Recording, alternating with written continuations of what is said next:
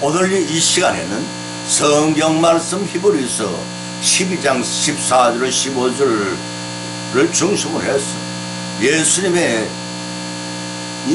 인성의 특징에 대해서 살펴보는 가운데 은혜받기를 원합니다. 문명의 길은 우리에게 편리한 생활을 가져다 주지만 때로는 불행을 가져다 주기도 합니다. 그 예로 좋은 예가 교통사고가 그것입니다. 사고로 오른팔을 잃은 소년이 있었습니다. 그런 자신의 처지를 몹시 낙심하여 아무도 만나려 들지를 않았습니다. 곁에서 지켜본 아버지가 달랬습니다. 얘야, 내가 잘 아는 목사님 계신데 아주 훌륭한 분이시란다. 모셔올 테니 만나보겠니? 그러나 사람 만나기를 꺼려했던 소년은 거절을 했습니다. 그래도 아버지는 그 목사님을 모셔왔습니다. 방으로 들어서는 목사님을 본 소년은 순간 깜짝 놀라고 말았습니다. 목사님도 자신과 같이 팔이 없는 것을 발견했기 때문입니다. 목사님이 두 팔은 보이지 않고 빈소매만 벌럭이고 있었습니다. 놀라서 쳐다보는 소년에게 목사는 다정히 말을 건넸습니다. 보다시피 나는 두 팔이 없단다. 어릴 때 사고로 잃어버렸지. 그러나 지금은 오히려 그것을 감사하고 하게 여기고 있단다. 내가 그런 고통을 겪었으므로 고통을 겪고 있는 다른 사람들을 어떻게 도와야 할지를 깨닫게 되었거든 하는 것이었습니다. 결국 소년은 자신의 불굴을 가슴 깊이 이해하는 목사님과 친해지게 되었고 절망에서 벗어나 활기차게 살아갈 수가 있었습니다. 이처럼 성육신하신 예수님께서도 우리를 위해 마음속 고난을 겪으셨으면 우리가 받은 시험과 환난과 고통을 모두 다 이해하실 수가 있었고 또한 능히 우리를 도우시는 것입니다. 이러한 예수님의 인성의 특징은 무엇인가? 우리가 의리하고 도움을 요청할 유일한 믿음의 그분은 대상인 것입니다. 인간의 육과 육을 지니신 분이셨습니다. 시험을 받으셨으나 무지한 사람이었습니다.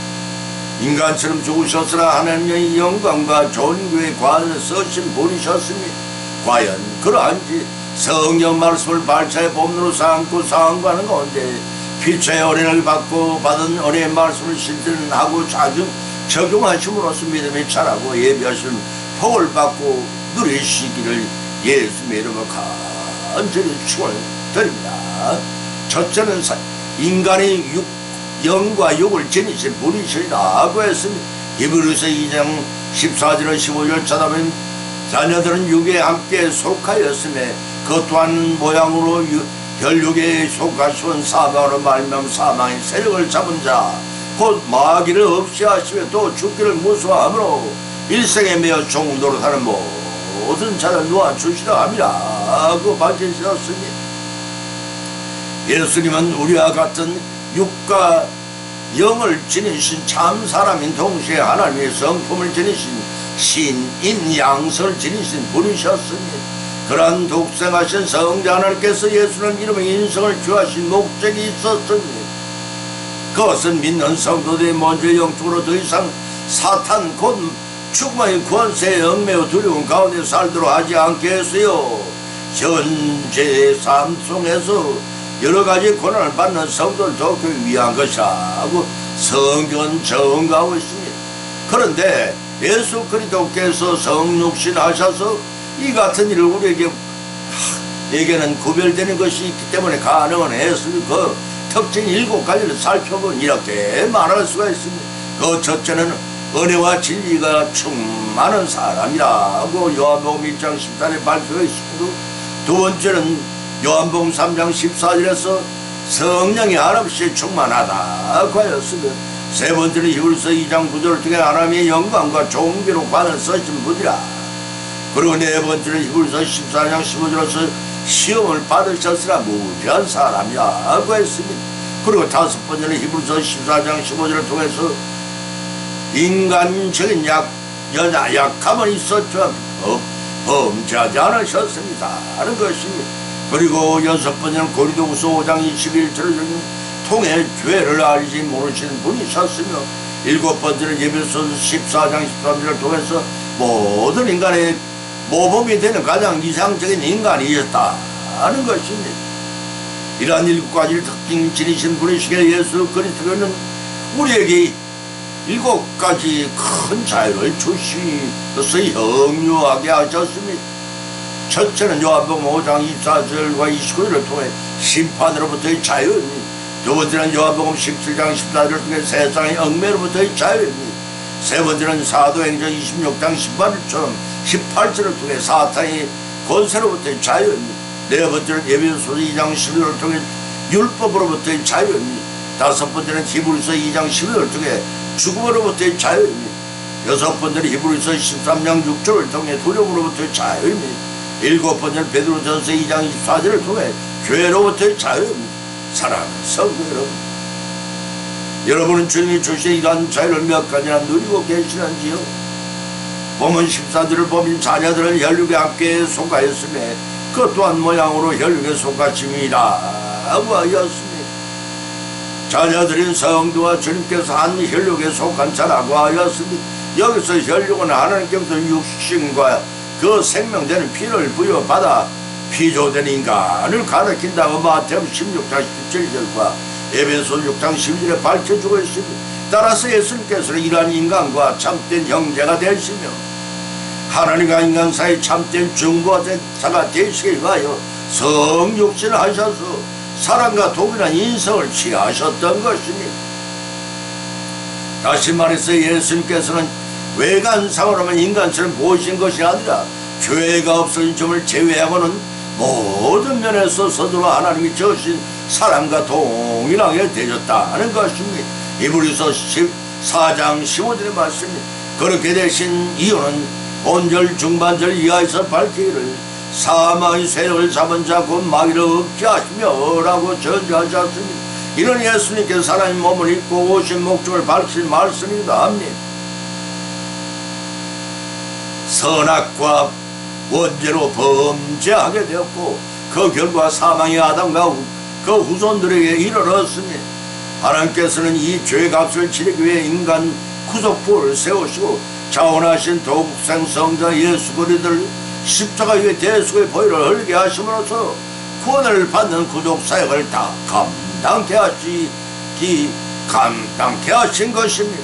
이러한 성부 하나님의 인류 구속 계획을 성취하기 위해 주님께서 대속의 죽음을 당하시는 인간을 미혹하여 범죄케 하고 그 결과 사망에 이르게 한 사탄의 사망의 권세를 공격파하게 하심으로써 부활의 성령을 증명해 보이셨습니다. 이러한 사실에 대하여 본문 15절을 기록하기를 또 죽기를 무서워하므로 일생에 매여 종로로 다는 모든 자를 놓아주려 하심이라고 밝히었습니다.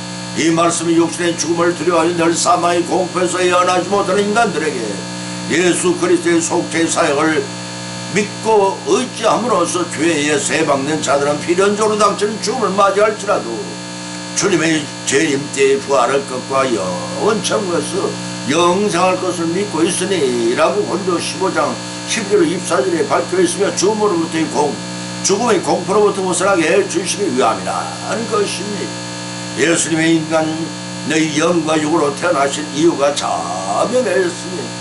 요한복음 11장 25절 26절에서 친히 예수님께서 말씀하시기를 나는 부활이요 생명이니 나를 믿는 자는 죽어도 살겠고 무릇 살아서 나를 믿는 자는 영원히 죽지 아니하리라고 선언하셨습니다.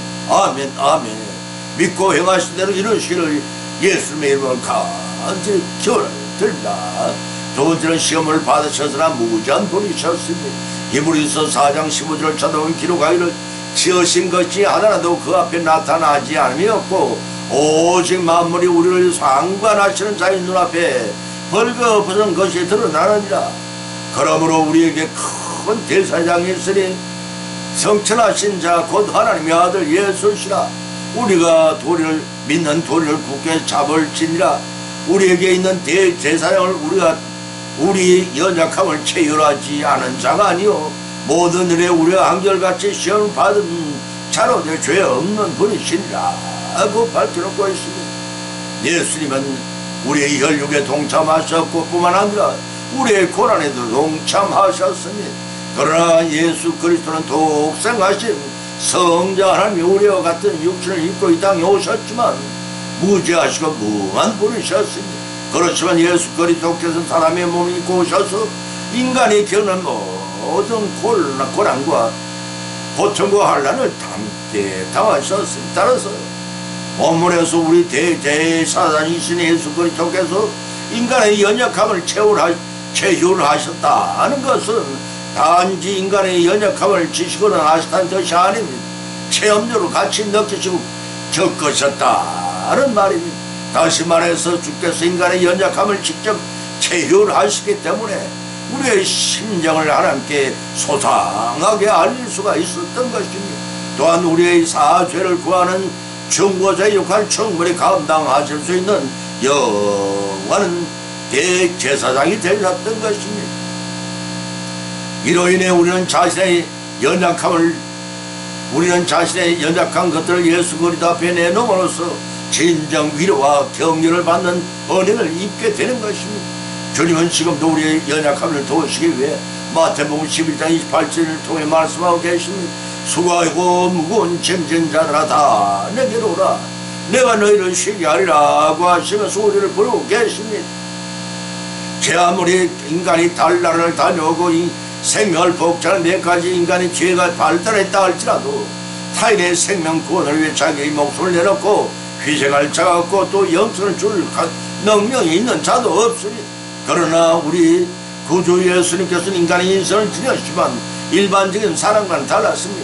이사야서 53장 4절 5절을 찾아온 기록하기를 그는 실로 우리의 질고를 지고 우리의 슬픔을 당하였거늘 우리는 생각하기를 그는 징벌을 받아 하늘께 맞으며 고난을 당한다 하였노라. 그가 찔림은 우리의 허물을 인하며 그가 상함은 우리의 죄악을 인합니다. 그가 징계를 받음으로써 우리가 평안을 누리고 그가 채찍에 맞으면 우리가 나음을 입었도다라고 하였습니다. 그렇습니다. 그분 예수님은 아무 죄도 없으신 하나님이시옵니다. 시편 50편 3편 9절과 요한복음 7장 18장 8장 4절 고린도후서 5장 26절 요한일서 3장 5절 네 말씀입니다.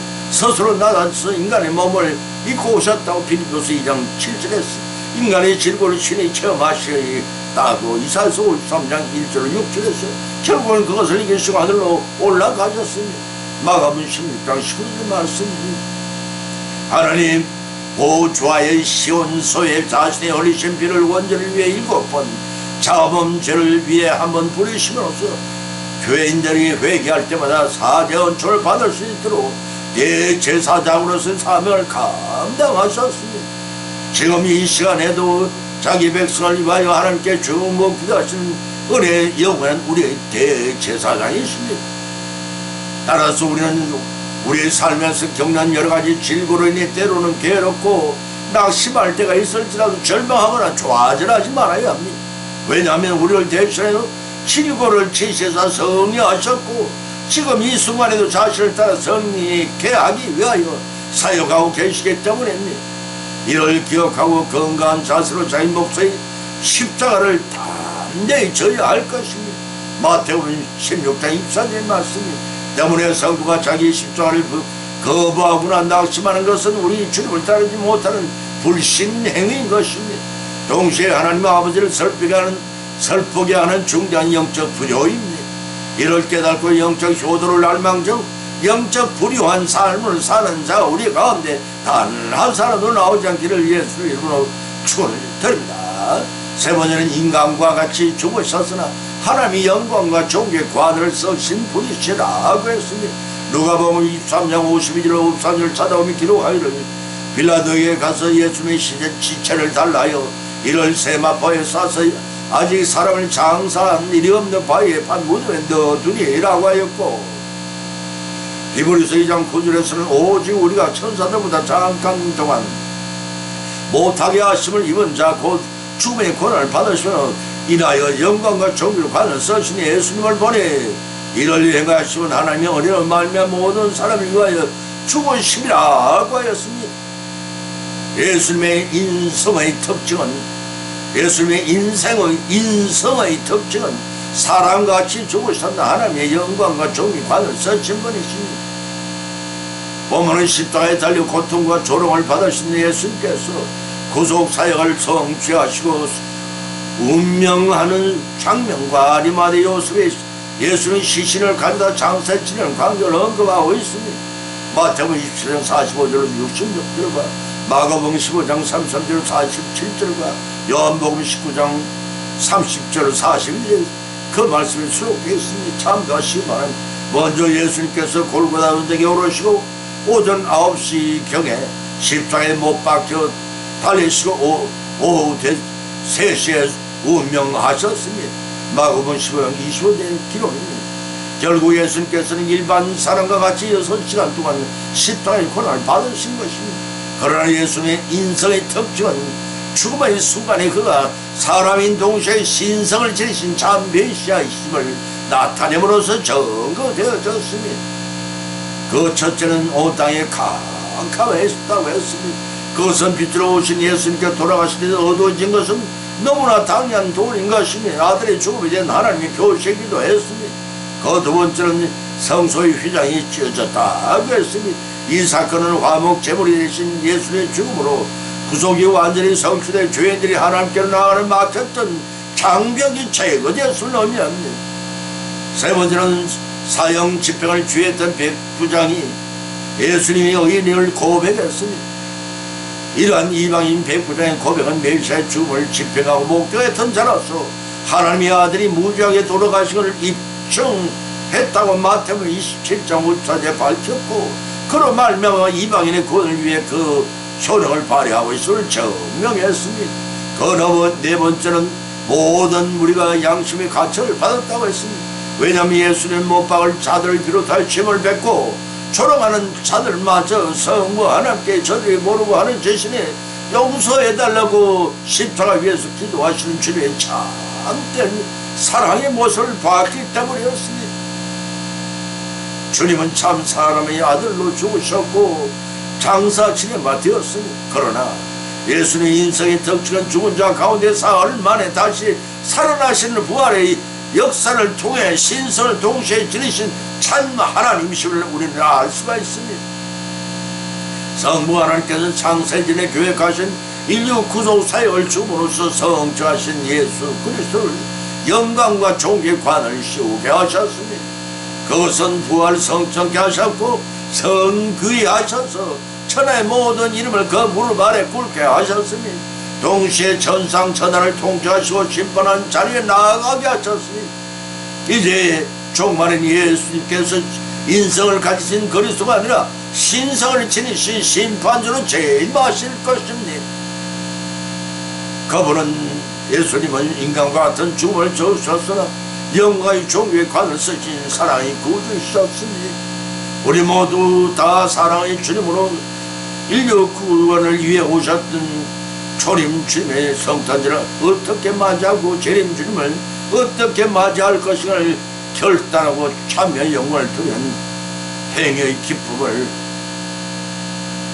우리 가슴이 바다에서 오는 감격으로 축하드리는 저와 여러분이 성찬들이 되시기를 예수의 이름으로 축원드립니다. 결론을 맺습니다. 오늘의 본 말씀을 상관한 가운데 피자여 믿음대로 은혜를 받았고 또한 세 가지 교훈을 받은 줄 압니다. 그 첫 번째는 예수님의 신인 양성의 신성의 특징은 인성의 특징은 우리와 같이 인간의 육과 영을 지니신 분은 이 땅에 오셔서 대속의 죽음을 주심으로써 우리들을 죽음의 공포에 벗어나게 해주셨다는 것입니다. 두 번째는 예수님이 인성의 특징은 인간같이 죽으셨으나 인류 구속 사역을 성취하신 대속의 죽음의 신지라 천상천하를 통치하시고 심판하시는 영광과 종교의 관을 썼다는 것입니다. 이러한 교훈을 받은 것으로 거짓 마십니다. 지금은 은혜 받을 때입니다. 오늘은 이 은혜 받은 때는 한번 올려가면 다시 오질 않습니다.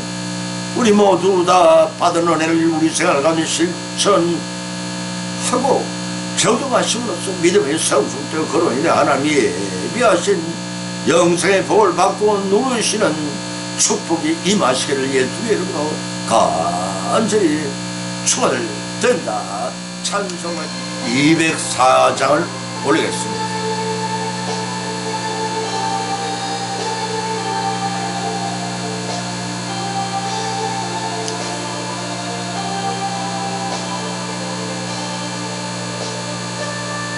고도소서 임마누엘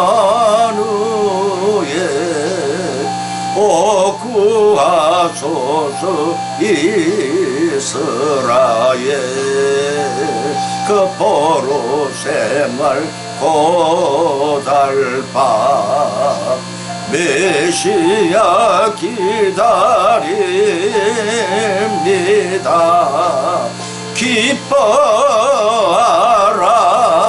이스라엘 거두시리라 오 임마누엘 고도소서 지혜의 주님 온 만물 질서 주시고 참 진리의 길 보이사 갈 길을 인도하소서. 기뻐하라 이스라엘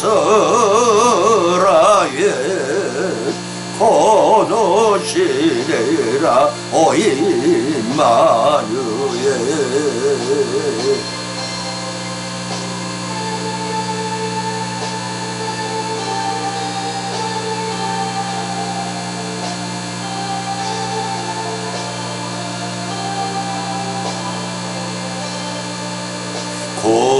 고도소서 소망의 주님 만 백성 한맘 이루어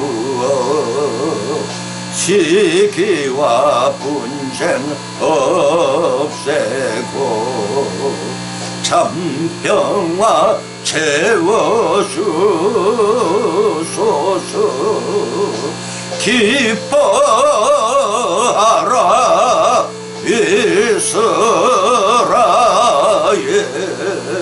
거두시리라 오 임마누엘